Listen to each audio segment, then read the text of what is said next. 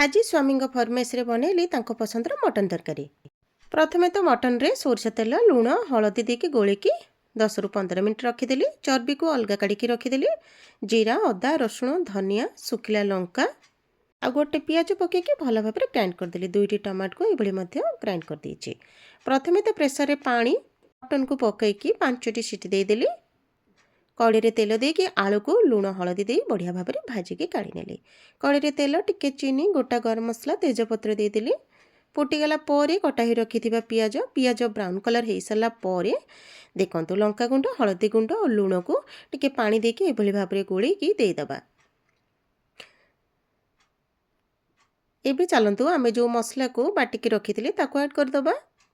3 चामच मुझे नहीं मु मोर ये मटन रो क्वांटिटी अनुसार मसला को भल भाव लो टू मीडियम हिट रे कषि नबा।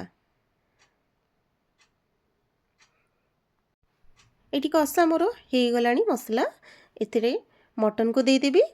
मटन को पकईकी भल भाव में कषा ये भाव में आम जो मटन को सीझे ता सीझा पानी दे कषे देखिए टेस्ट बहुत ही भल आसो। एबे चर्बी को ऐड करदबा। कषा कषि हो सारा कसुरी मेथी एवरेस्ट मसला भजाई रखि आलू को देदबा। एबे इथिरे गरम पानी देकी प्रेसर रे सीटी देदेबा 2टी। प्रस्तुत हो जिवो अति सहज उपाय रे मटन तरकारी। आपण माने केबे बनेछंती केमिति ट्राई करंतु। केमिति कोन लागिला कमेंट रे जणांतु। रहिली नमस्कार।